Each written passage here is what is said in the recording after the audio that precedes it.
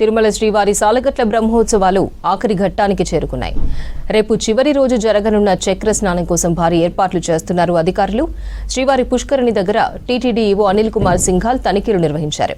పుష్కరిణి ప్రాంతంలోని నలువైపులా జేఈఓ వీరబ్రహ్మం, జిల్లా ఎస్పీ సుబ్బరాయుడు, సిబిఎస్ఓ మురళీకృష్ణలతో కలిసి పరిశీలించారు.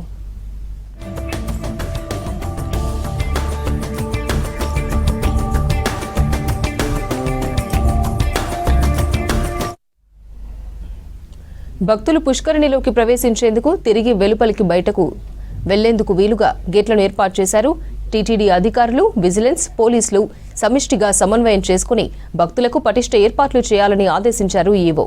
ఉదయం 6 గంటల నుంచి 9 గంటల మధ్య అర్చకులు శ్రీదేవి భూదేవి సమేత మలయప్ప స్వామి ఉత్సవమూర్తులకు చక్రతాల్వార్కు స్నపన తిరుమంజనం, చక్ర స్నానం నిర్వహిస్తారని వివరించారు.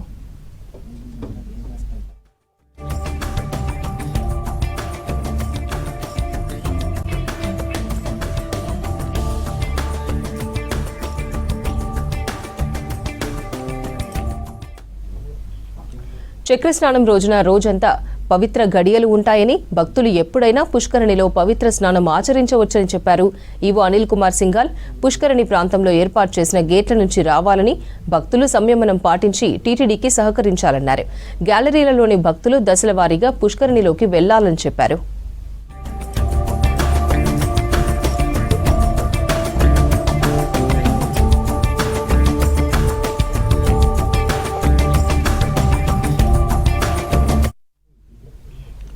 చక్రస్నానం సందర్భంగా 1000 మంది పోలీసులు, 1300 మంది టీటీడీ విజిలెన్స్ విభాగం ఆధ్వర్యంలో ఎన్డీఆర్ఎఫ్, ఫైర్ తదితర విభాగాల నుంచి 140 మందితో పటిష్ట చర్యలు చేపట్టామన్నారు ఈవో.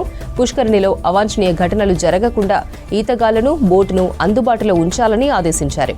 చక్రస్నానాన్ని భక్తులు వీక్షించేందుకు వీలుగా ఆలయ పరిసరాల్లో ఎల్ఈడీ స్క్రీన్లు ఏర్పాటు చేయాలన్నారు.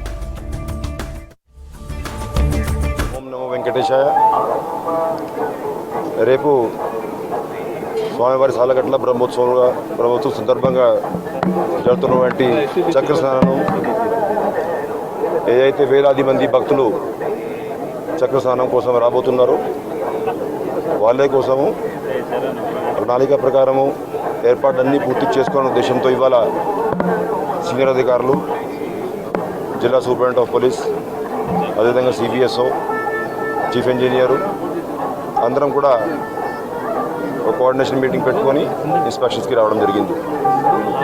అయితే ఇప్పటికే ఎస్పీ గారి ఆధ్వర్యంలో మైక్రో ప్లానింగ్ చేయడం జరిగింది. అన్నీ దాదాపు 4 ఫేజులు కలుపుకుంటే 6 ఎంట్రీ పాయింట్స్, 12 ఎగ్జిట్ పాయింట్స్ ఇవన్నీ కూడా గుర్తించుకోవడం జరిగింది. ఒక 1000 మంది పోలీస్ సిబ్బంది రేపు ప్రత్యేకంగా ఈ పుష్కరిణి డ్యూటీ మీద ఉంటారు. అది కాకుండా సిబిఎస్ఓ గారి ధరలు పనిచేస్తున్నటువంటి 1300 మంది సిబ్బంది కూడా ఈ క్యూ లైన్ మేనేజ్మెంటు, ఈ భక్తులు అంతా కూడా ఈ ఎగ్జిట్ ఇవన్నీ కూడా పద్ధతి ప్రకారం ఉండాలనే ఉద్దేశంతో డ్యూటీ మీద ఉంటారు. ఎన్డీఆర్ఎఫ్ టీము ఒక 30 మంది, ఎస్డీఆర్ఎఫ్, అదేవిధంగా ఫైర్ డిపార్ట్మెంట్ స్టాఫ్, అదనపుగా మనం పెట్టుకుంటే స్పెషల్ స్విమ్మర్సు, ఫిషరీస్ డిపార్ట్మెంట్ నుంచి వాళ్ళందరూ కూడా దాదాపు ఒక 130-140 మంది